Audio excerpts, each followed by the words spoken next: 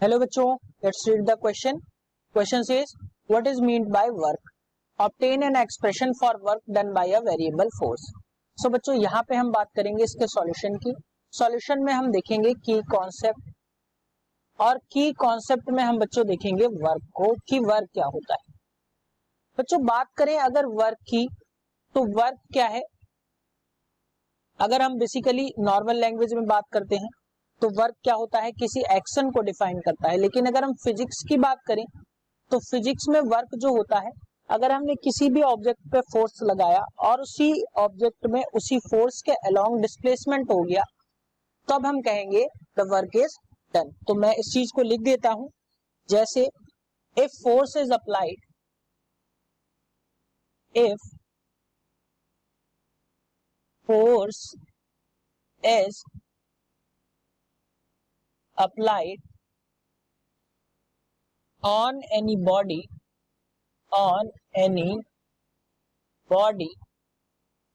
तो मैं इसको लिख देता हूं on any body and that body is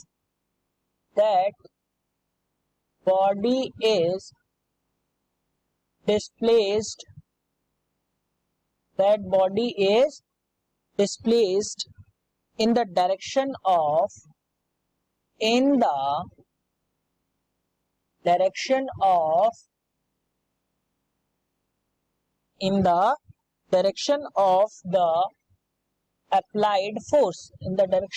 the applied force,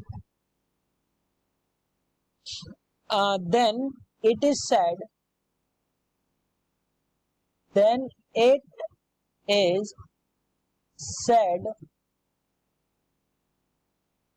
to be work is done.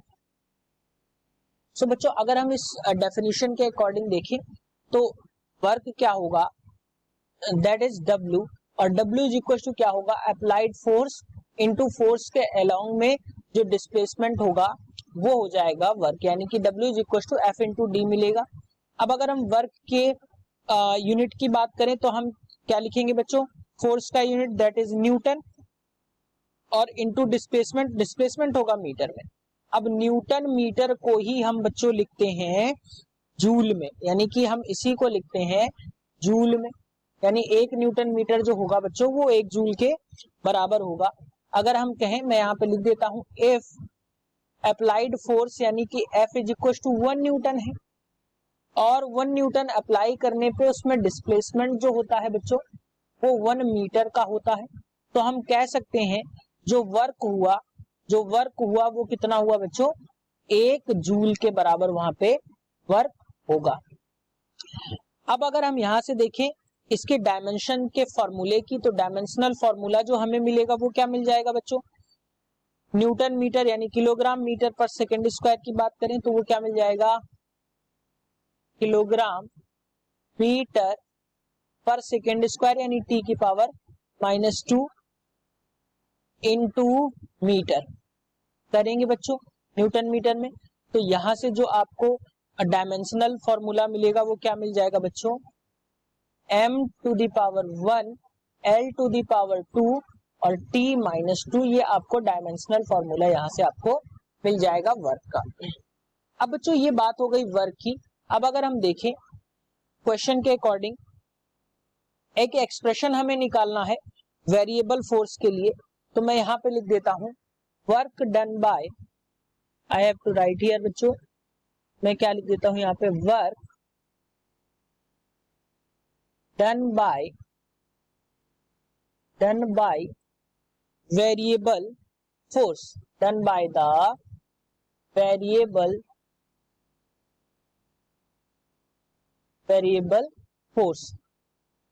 So variable force के लिए अगर हम बच्चों वर्क की बात करें तो क्या होगा, सपोज करिए कि यहाँ पे एक पोजीशन ए है, इस पोजीशन के अलोंग हमने कुछ इसमें फोर्स लगा के डिस्प्लेसमेंट किया, और वो डिस्प्लेसमेंट जो है वो कुछ इस तरीके से, यानी कि बी पोजीशन तक हमने किया, जिसमें फोर्स की जो डायरेक्शन है वो हम चेंज कर रहे हैं कुछ इस तरीके से, यानी फोर्स की डायरेक्शन जो है वो कुछ इस तरीके से मिल रही है।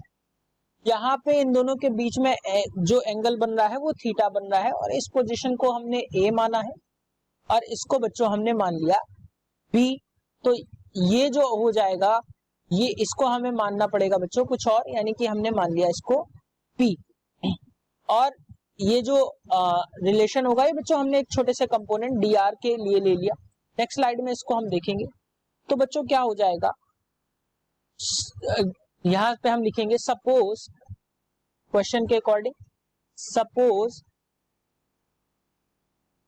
सपोज इसके अकॉर्डिंग क्या हो जाएगा, सपोज द वर्क डन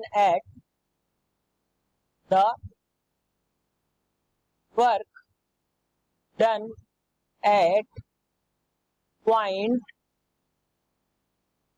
कौन सा पॉइंट है बच्चों, पॉइंट P। तो क्या हो जाएगा, by the force F, by the force, अब फोर्स जो है वेक्टर क्वांटिटी है तो हम इसको फोर्स और वेक्टर से लिखेंगे, एंड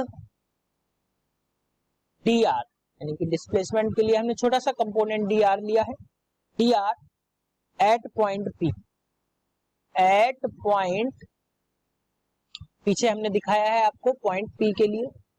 तो यहां से अगर हम देखें तो क्या हो जाएगा, वो क्या हो जाएगा बच्चों, हमने छोटा सा कंपोनेंट वर्क ले लिया है डी डब्ल्यू का, और ये आपको क्या मिल जाएगा बच्चों, ये मिल जाएगा आपको F vector dot D R vector के बराबर। छोटे से कंपोनेंट की बात हो रही है, या अगर हम यहीं से कहें डी डब्ल्यू जो आपको मिलेगा बच्चों वो क्या मिल जाएगा, एफ, अब डॉट प्रोडक्ट है तो डॉट प्रोडक्ट में हमें क्या मिल जाता है बच्चों, डी आर कॉस थीटा के बराबर जो आपको मिलेगा, ये आपको वर्क यहां से मिल जाएगा।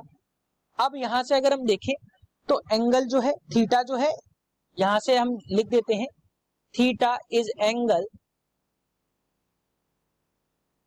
बिटवीन, किसके बच्चों बीच में एंगल है, एफ एंड डी आर के बीच में एंगल है। यहाँ थीटा जो है वो एफ और डी आर के बीच में एंगल है। तो वैल्यू ऑफ, अगर हम यहीं से देखें क्वेश्चन के अकॉर्डिंग देखें तो डी आर की वैल्यू बहुत छोटी है, मैं यहाँ पे लिख देता हूं वैल्यू ऑफ कंपोनेंट जो छोटा सा हमने लिया है D are is very small, बहुत छोटी सी बात हो रही है बच्चों। तो हमने क्या किया, तो यहां से अगर हम देखें तो work done for infinitely small displacement के लिए हमने क्या लिया था, तो वर्क डन जो हो जाएगा वो भी छोटा हो जाएगा, यानी कि इनफाइनेटली स्मॉल। तो वर्क डन क्या हो जाएगा बच्चों, डी डब्ल्यू जो अभी हमने आपको ऊपर लिया है। सिमिलरली अगर हम कैलकुलेट करें कंप्लीट डिस्टेंस के लिए, वर्क जो है हम कंप्लीट कर ले, तो यहां से मैं अगेन लिख देता हूं इस चीज को। सो हम लिखेंगे बच्चों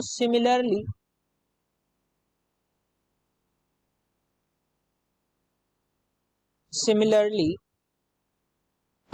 to calculate the work, to calculate the work,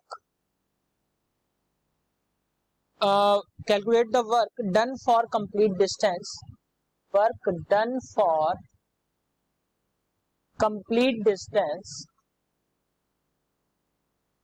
complete distance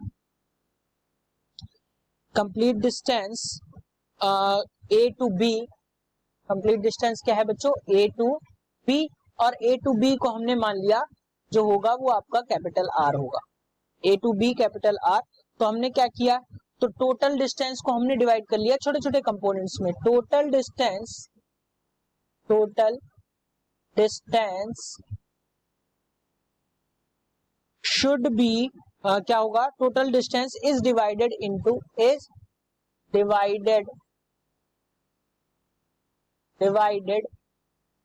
into, और कैसे हमने डिवाइड किया, तो हमने छोटे छोटे कंपोनेंट यानी R1 vector comma R2 vector comma R3 vector, इस छोटे छोटे कंपोनेंट्स में हमने ऐसे करके डिवाइड कर लिया बच्चों।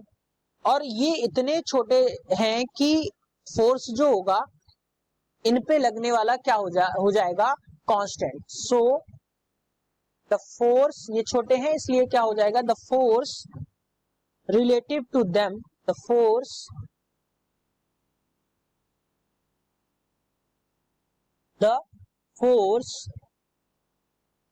relative to them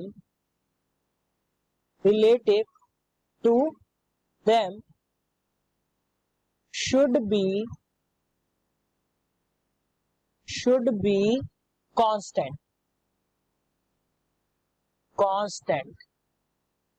क्या हो जाएगा बच्चों, यहां से फोर्स जो लगेगा वो कांस्टेंट हो जाएगा, और फोर्स जो है वो क्या हो जाएगा बच्चों, एफ वेक्टर। सो यहां से अगर हम वर्क डन पूरा देखें तो W इज इक्वल टू हमें क्या मिल जाएगा बच्चों, W इक्वल टू मिल जाएगा F1 into delta dot product है तो dot delta R1 plus F2 vector dot delta R2 vector plus F3 vector dot delta R3 vector, यानी कि कांस्टेंट F1 और F2 हम ऐसे करके मान ले रहे हैं, ये भी आप लिख लेना तो ध्यान रहेगा।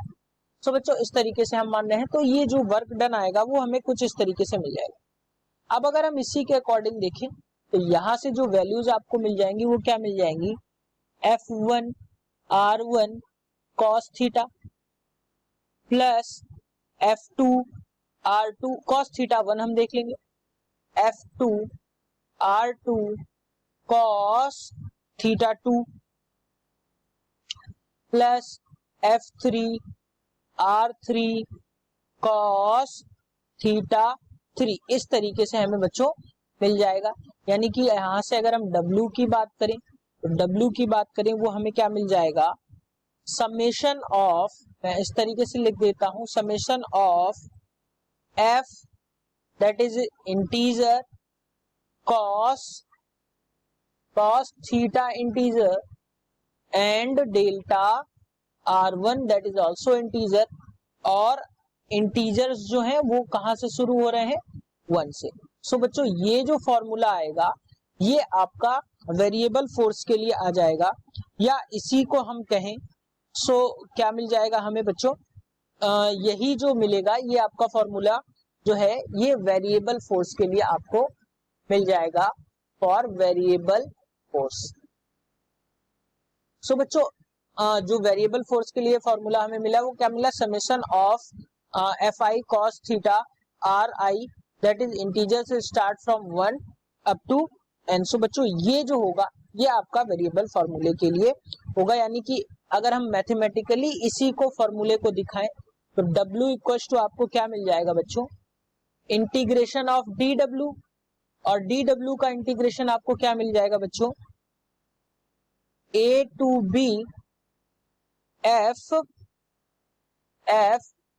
dr cos थीटा के बराबर।